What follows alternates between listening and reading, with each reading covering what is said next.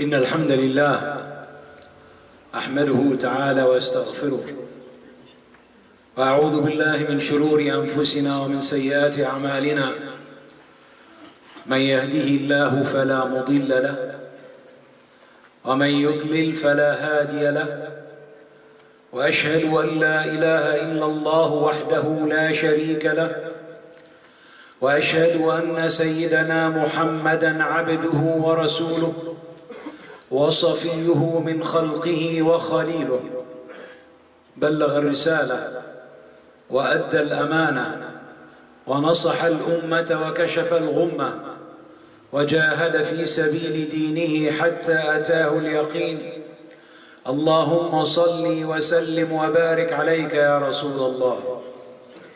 سبحانك لا علم لنا إلا ما علمتنا إنك أنت العليم الحكيم وعنده مفاتح الغيب لا يعلمها إلا هو ويعلم ما في البر والبحر وما تسقط من ورقة إلا يعلمها ولا حبة في ظلمات الأرض ولا رطب ولا يابس إلا في كتاب مبين. وهو الذي يتوفاكم بالليل ويعلم ما جرحتم بالنهار ثم يبعثكم فيه ليقضى أجل مسمى ثم إليه مرجعكم ثم ينبئكم بما كنتم تعملون.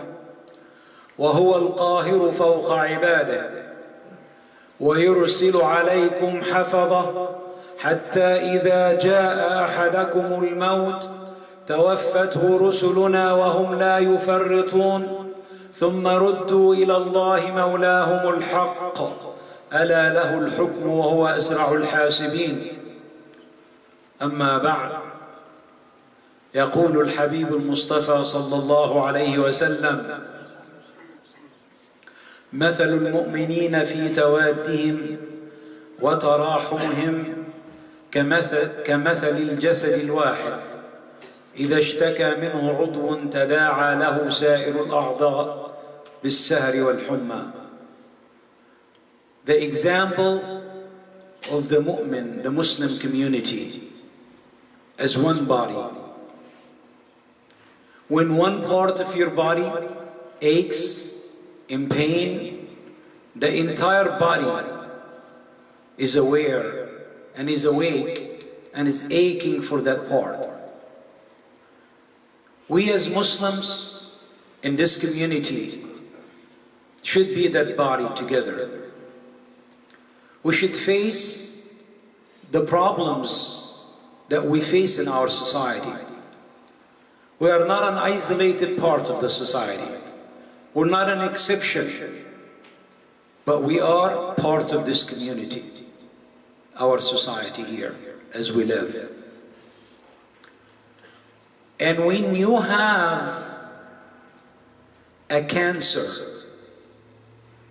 that goes in the body of a person and you let it go, the cancer will take over your body, and in a very short period of time that body will die. We witnessed that with many brothers that, may Allah have mercy on them, they got cancer within 2-3 months. They're gone, we lost them. In our society, we have a cancer that attacks our children. If your child have a real cancer, you will leave everything.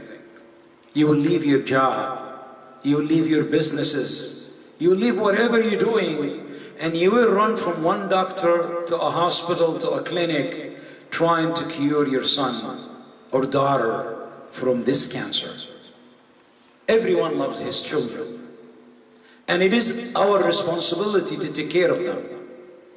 As Prophet Muhammad sallallahu alayhi wa sallam states, كُلُّكُمْ رَاعٍ وَكُلُّكُمْ مَسْئُولٌ عَنْ رَعِيَّتِهِ.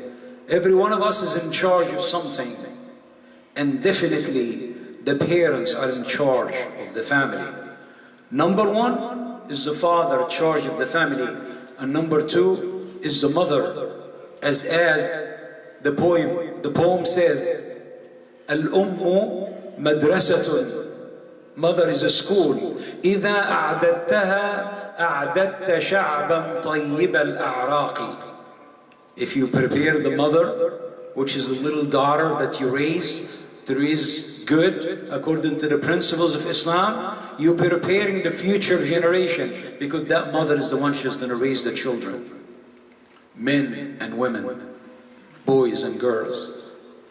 So what is our responsibility? What is the disease that's facing us as parents?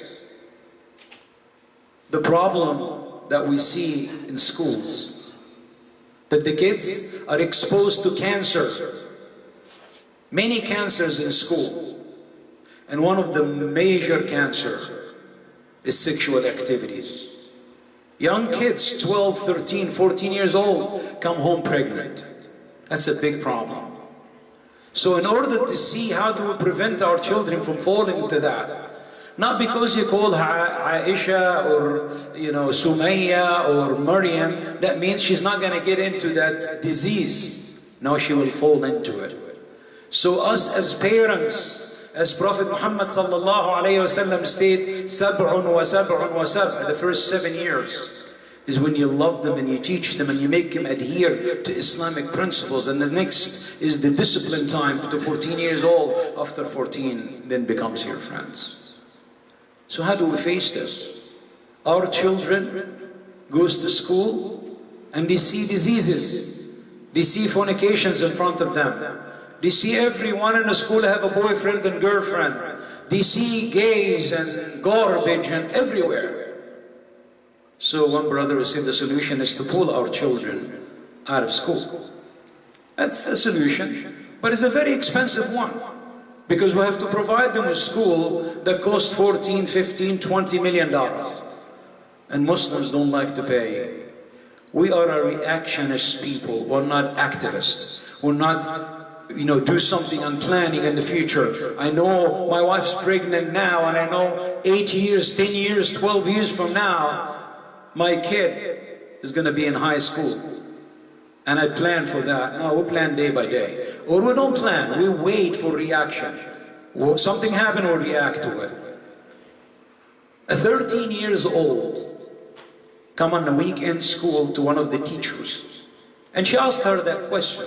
Imagine this is your daughter asking you questions. What is the big deal about fornication? What's the big deal about zina? Everybody doing it. Why shouldn't I do it, daddy or mommy? How do you answer this? As Muslims, how do you answer this? And some people will say, well, I have boys, I don't have girls, so I don't really have to worry about it. Yeah, my friend, how about when your son comes drunk, or drug addict, or he's in prison? It's the same affection, same thing. So there's no difference between boys and girls. So what is the root of the problem?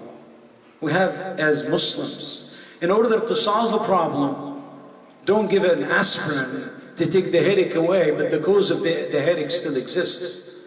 What is the cause of the problem? You know what the cause of the problem is? Us, parents. Let me examine it with you. And we see if this really makes sense.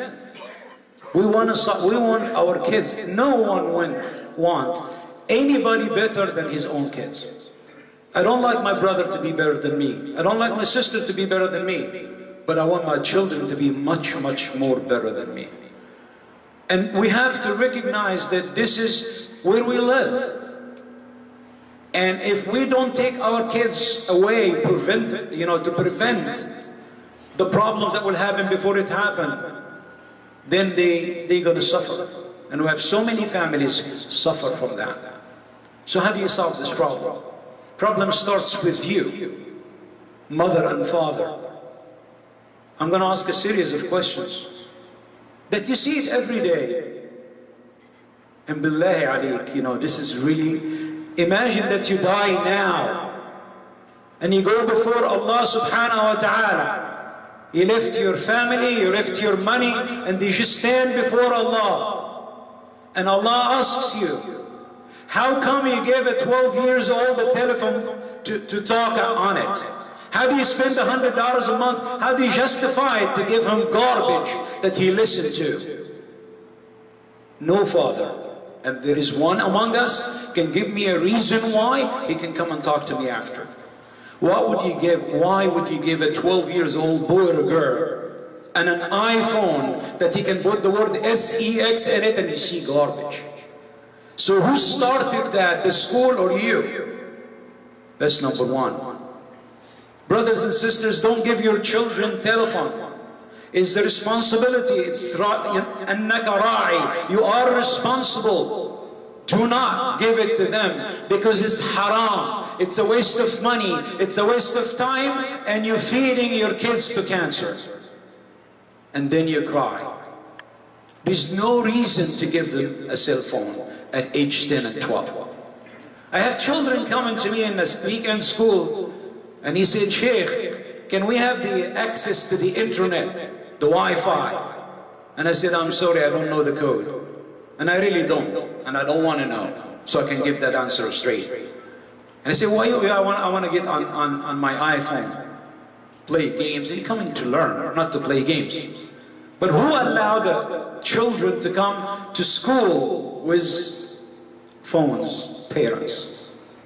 Parents. They're escaping the responsibility. That's an irresponsible parent who does that. You give your kids a phone.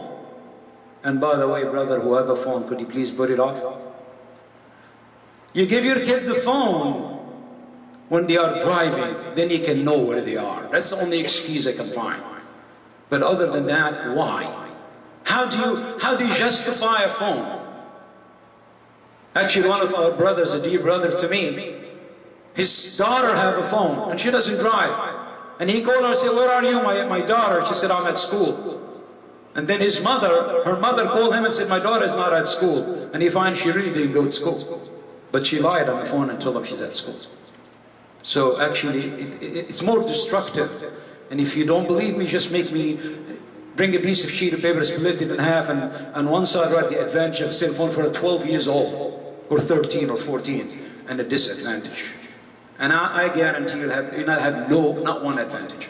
It's all garbage. That's one. Number two, television. We all watch television. Even if you're watching sports, you still see it is designed to mess up our mind and the new generations. It's not an education tool. Don't fool yourself. Oh, I have the Discovery Channel. Even in the Discovery Channels, in the intermission and the commercial, you see garbage. Everything you watch, every program on television, gay is a major thing in it. As if all United States are gay people. It's a very, very small minority, but they push this on the children. They think they are smart, they this and that. That's a disease. Television, brothers and sisters, when I was growing up in Egypt, I was 6 years old, and I heard Sheikh Abdul Hamid Kishk said one thing. He said, he called it Al-Mifsidyon, the destructive machine, TV. Why? And there was nothing in it. If you really watch these movies, talking about 40 years ago, or 50 years ago, there was not much in it. Not like today. Today you see people are naked. Today you see garbage in it. And what we do to our children, I wish we had a television that's monitored by the father and the mother. No, the more you have money, what happened? Every kid have his own television in his own room with a DVR that he can bring things back and forth. I watched with tears in my eyes. A 6 years old boy watching pornography, naked man and woman together, and he's going back and forth, controlling this. HBO and Cinemax and all this stuff. When I asked the parents, they said, oh, he's a boy, no big deal. Yeah, but that boy, if you come to my house or your house, who do you think is going to try to play with? Your daughter and my daughter. And you miss his mind from that age. So brothers, again, if you're giving a television for our children at young age, and you tell them this is good for you, you are destroying them. Oh brothers, Disney. Show me a Disney movie that doesn't have a boyfriend and a girlfriend since age 2. So you disease the kid's head from age 2 and 3 because you don't want to be bothered with them and entertaining them. 3, computers. It's a good tool, but it's also a very bad tool.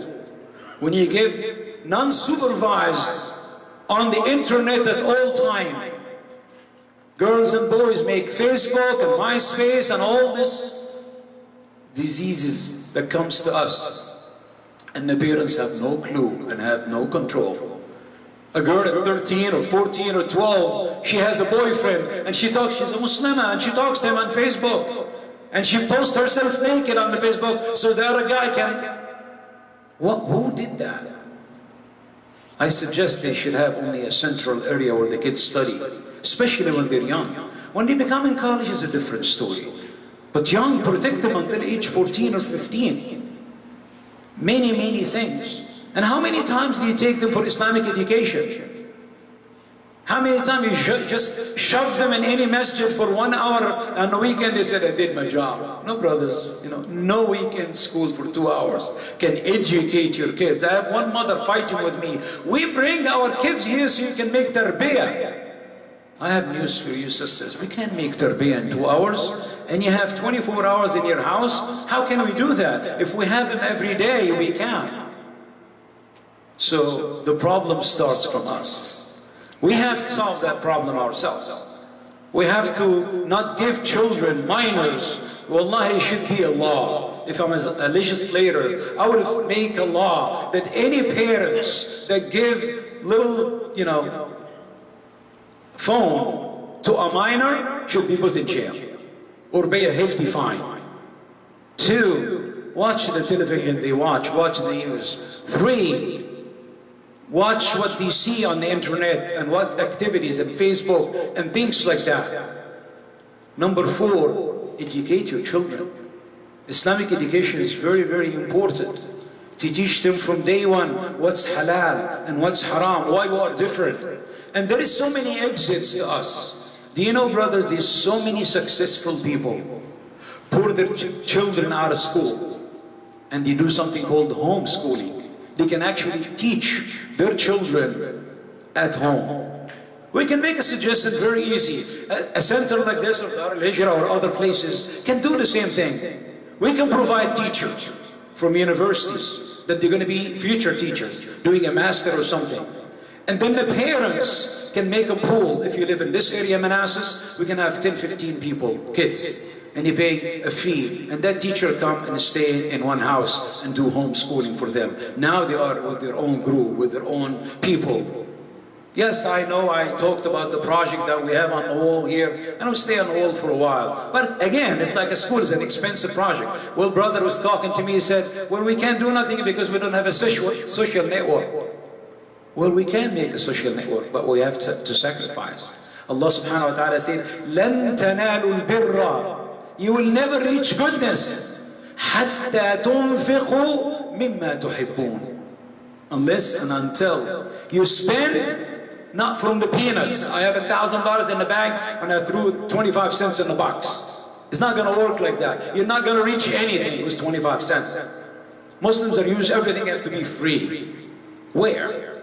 Do you go to the supermarket, Giant, or here or there and get free? Do you go to college for free? Nothing is free, brothers. The air we breathe is not free. We have to pay, we have to sacrifice.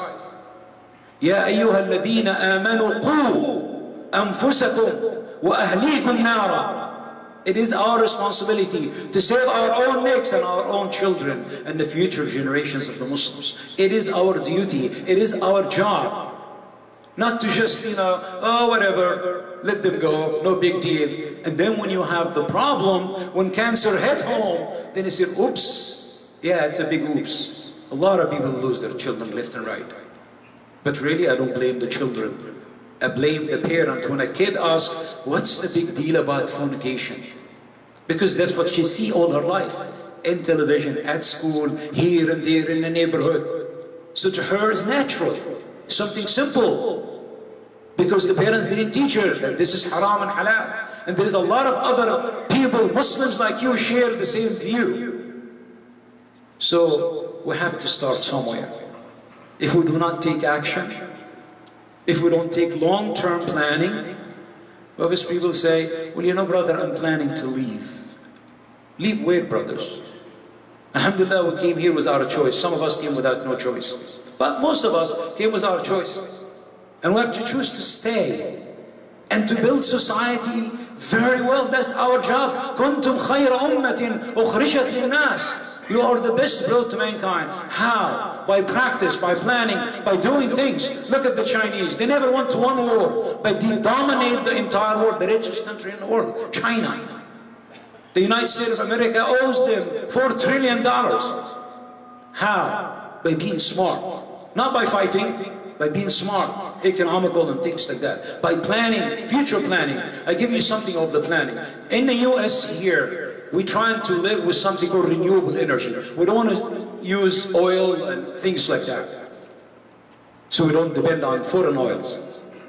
So we started doing a lot of studies, a lot of stuff in the past 3-4 years. And what happened? We're spending money, and the federal government like stimulus, so we can have solar systems and hydro planning and all of that. China just started last year to do that. They said we don't want to use oil also and have problem with that. So I'm just going to give you a sample. This year, America spent on renewable energy $20 billion to make it going. China spent $120 billion. You can see the comparison. These people who plan for the future. So my brothers and sisters, what are you planning for your children? You plan for them, for cancer to hit them? Or you plan something? We have a lot of educated Muslims. Muslims don't lack knowledge. Muslims don't lack money. Actually, the richest countries in the world is the Muslim world. And in our community, we have a lot of brothers who are businessmen and they make a lot of money. And they can make it come through. But you know what we do with the money? We hoard it and we keep it. Because we're going to take it with us to our graves. Time is running out. It's a real problem, brothers. I've just touched the tip of it. To wake our minds up. To see what we can do as a community. May Allah subhanahu wa ta'ala accept from all of us. Alhamdulillah Rabbil Alameen. والصلاة والسلام على سيد المرسلين سيدنا محمد وعلى آله وصحبه أجمعين. I repeat the verse again. لن تنالوا البر حتى تنفقوا مما تحبون. You will never attain goodness in society. You'll never attain success. You'll never attain what you want unless you spend for what you love. لن تنالوا البر حتى تنفقوا مما تحبون. This is the law of Allah subhanahu wa ta'ala. Our brothers and sisters, I urge every one of you. We don't want to bring on the weekend someone that does not know how to teach.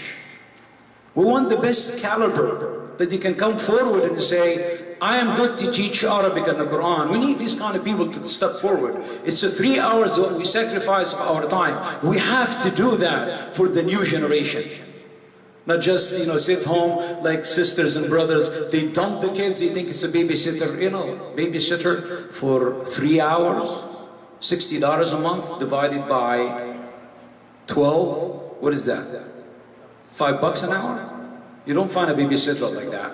So they just dump them there. They really don't care if they read when they go home or not. They don't care about if they recite Quran or not. They just want to get rid of them. I said, brother, can you make it 5 hours? Make it 5 hours. Make it the whole day. But not the intention of really teaching the new generations. We need the mind, the elite of our society to sacrifice their time and their money. And to really come make committees here that they say, okay, we wanted to think of the idea of make homeschooling. If we can provide the teachers, then we can have one in Gainesville, one in Manassas, one here, one there. We have like 6, 7, 8 of them. Now we have 50, 60 people that they can meet on the weekend and they go to a museum or here or there. We can do a lot. We can plan. But it needs people who have a long-term vision. And I end up with the hadith of Prophet Muhammad sallallahu alaihi wasallam. اعمل لدنياك كأنك تعيش أبدا. Do for this life, prepare for it as you're going to live for eternity. واعمل لآخرتك كأنك تموت غدا. But keep in mind, Prepare for the hereafter that will drop dead tomorrow. And if you die, he said, Ya Allah, I did. I formed that committee. I spent my money here. I spent my time here. I wanted the Muslims to be. What is our purpose of existing in this life? وَمَا خَلَقْتُ الْجِنَّ وَالْإِنسَ إِلَّا لِيَعْبُدُونَ. We are created to worship Allah. What kind of worship? Just Allahu Akbar, that's not a worship. A worship, إِنِّي جَاعِلٌ فِي الْأَرْضِ خَلِيفَةً. To take care of the affair of the earth and make it success. That's what Muslims, job and mission is, to make peace on earth and make it very successful and advance and protect the new generation. This is what Muslims do. Not sit home and react to things that happen.